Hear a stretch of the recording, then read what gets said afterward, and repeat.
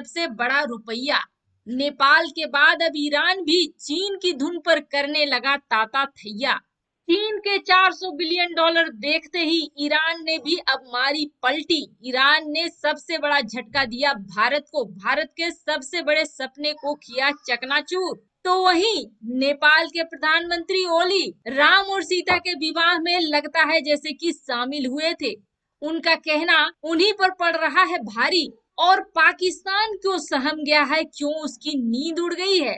भारत बहुत ज्यादा खुश है। आइए जानते हैं इन खबरों को विस्तार से। नेपाल के प्रधानमंत्री ओली इस वक्त बिल्कुल ही सटके हुए दिमाग से चल रहे हैं। ऐसा लग रहा है जैसे जो भी उनके मन में आ रहा है वह बोल डाल रहे हैं। एक बार फिर से विवादित बयान देते हुए भारत पर सांस्कृतिक अतिक्रमण का भी आरोप लगा दिया। यानी कि उनका आरोप है कि भारत जमीन के साथ साथ नेपाल की संस्कृति पर भी धावा बोल रहा है। प्रधानमंत्री निवास में आयोजित एक कार्यक्रम में बोलते हुए ओली ने कहा कि भारत ने नकली अयोध्या को खड़ा करके नेपाल के सांस्कृतिक तथ्यों का भी अतिक्रमण किया है। ओली का दावा है कि भगवान श्री राम की नगरी अयोध्या भारत के उत्तर प्रदेश में नहीं है, बल्कि नेपाल के वाल्मीकि आश्रम के पास है। वाल्मीकि रामायण का नेपाली अनुवाद करने वाले नेपाल के आदि भक्त भानुभक्त की जन्म जयंती के अवसर पर आयोजित एक कार्यक्रम में बोलते हुए ओली ने कहा कि हम लोग आज तक इस भ्रम में हैं, सीता का विवाह जिस राम से हुआ वह भारतीय है। वह भारतीय नहीं है, बल्कि वह नेपाली ही है। ओली का दावा है कि जनकपुर से पश्चिम में रहे वीरगंज के पास ठोरी नामक जगह में एक वाल्मीकि आश्रम है, उसी के पास अयोध्या है।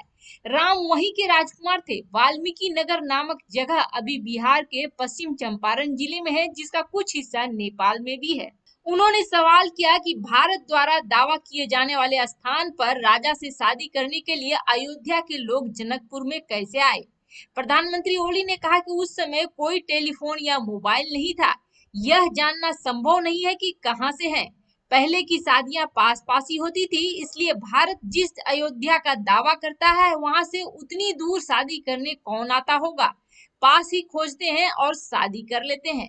इसके जरिए आखिर नेपाल के प्रधानमंत्री केपी शर्मा ओली कहना क्या चाहते हैं?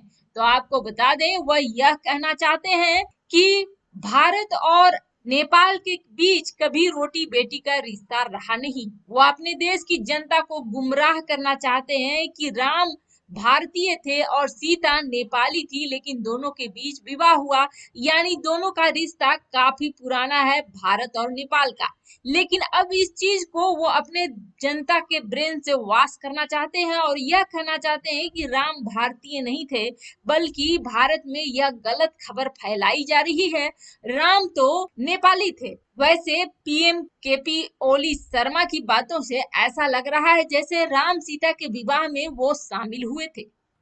हम लोगों ने अपनी लास्ट वीडियो में बताया था कि ईरान अब धीरे धीरे भारत का दुश्मन बनता जाएगा। ऐसे में कई कमेंट्स ऐसा आए थे जैसे लिखा गया था कि ईरान कभी भी भारत का दुश्मन नहीं होगा, लेकिन पैसे पर सब कुछ होता है। अब आप देखो इसका असर दिखने लगा है। ईरान और चीन के बीच होने जा रही 400 अरब डॉलर की महाडील से ठीक पहले भारत पर इसके दुष्प्रभाव दिखने लगे हैं। ईरान ने भारत को चाबहार रेल परियोजना से बाहर कर दिया है। ईरान ने कहा है कि समझौते के 4 साल बीत जाने के बाद भी भारत इस परियोजना के लिए फंड नहीं दे रहा है, इसलिए वह अब खुद ही चाबहार रेल परियोजना को पूरा करेगा। ईरान के इस ऐलान को भारत का सबसे बड़ा कूटनीतिक झटका माना जा सकता है। यह रेल परियोजना चाबहार पोर्ट से जहेदान के बीच बनाई जानी थी। पिछले हफ्ता ईरान के ट्रांसपोर्ट और शहरी विकास मंत्री मोहम्मद इस्लामी ने 628 किलोमीटर लंबे रेलवे ट्रैक को बनाने का उद्घाटन किया था। इस रेलवे लाइन को अफगानिस्तान के जरांज सीमा तक बढ़ाया जाना था।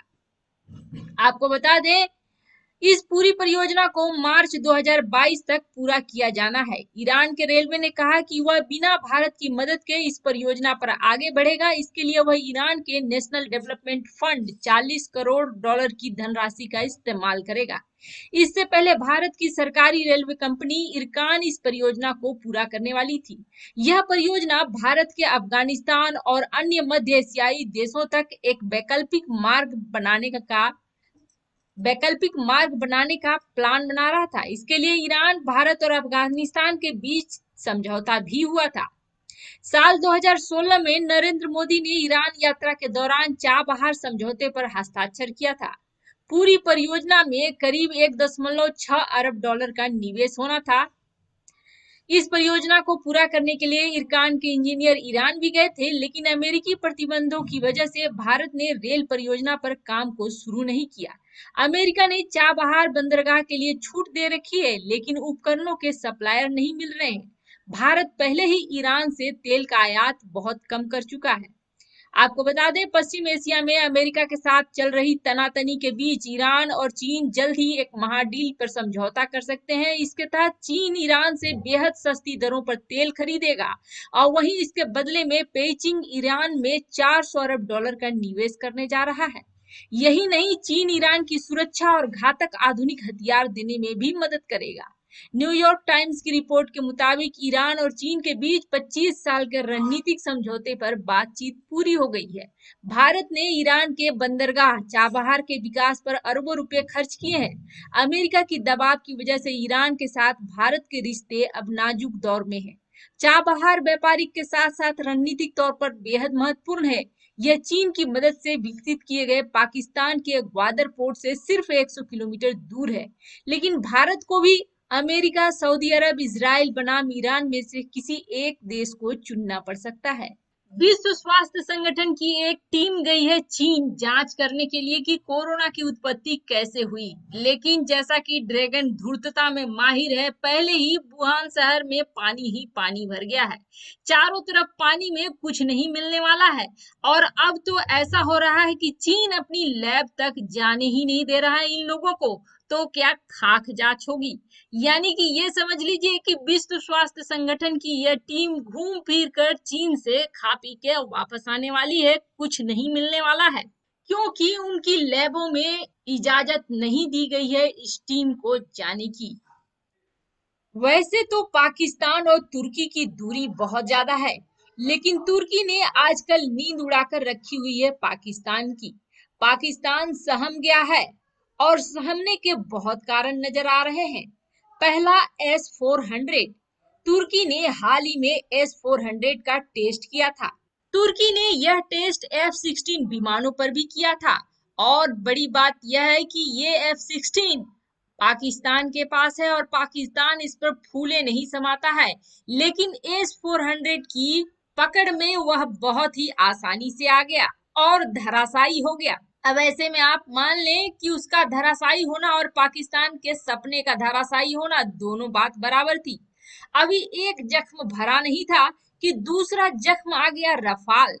अब लीबिया से एक ऐसी खबर आ रही है कि लीबिया में स्थित तुर्की के अल्बाटिया एयरबेस पर रफाल विमान का इस्तेमाल किया गया है और ऐसा माना जा रहा है कि रफाल ने जो हाल किया है उसे देखकर इस्लामाबाद में डर फैल गया है, क्योंकि पाकिस्तान जानता है कि बहुत जल्दी ये रफाल भारतीय वायुसेना का हिस्सा होगा।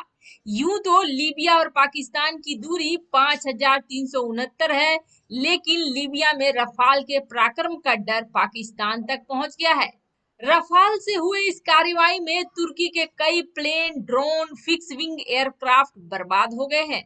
रफाल विमानों का इस्तेमाल जिस एयरबेस पर किया गया है, अल्बाटिया, इस एयरबेस पर तुर्की के F-16 विमानों के अलावा हवाई सुरक्षा के लिए MIM-23 hoc air defence system को भी तैनात किया गया है। लेकिन जिस तरह का मंजर दिखाई दे रहा है उससे लगता नहीं है कि रफाल के आगे F-16 लड़ाकू विमानों की कोई चली है। वैसे लीबिया में तुर्की की मौजूदगी को लेकर मिस्र और फ्रांस ने कई बार तुर्की को चेतावनी भी दी है। अब आपको बता दें, पाकिस्तान के लिए यह खबर इसलिए भी डर फैलाने वाली है क्योंकि उसके पास भी F-16 लड़ाकू विमान ही है और जब अब रफाल अंबाला एयरबेस पर तैनात होगा तो पाकिस्तान को भी पता होगा कि हिंदुस्तान को लाहौर पहुंचने में कुछ ही मिनट लगेंगे। अब तो ये बात आ गई कि भारत में जहां एक तरफ रफाल होगा तो वहीं दूसरी तरफ S-400 होगा और तीसरी तरफ F-35 होगा, जो कि अभी दुनिया के एडवांस लड़ाकू विमानों में आता है। ऐसे में पाकिस्तान का भारत के साथ डरना लाजिम सी बात है।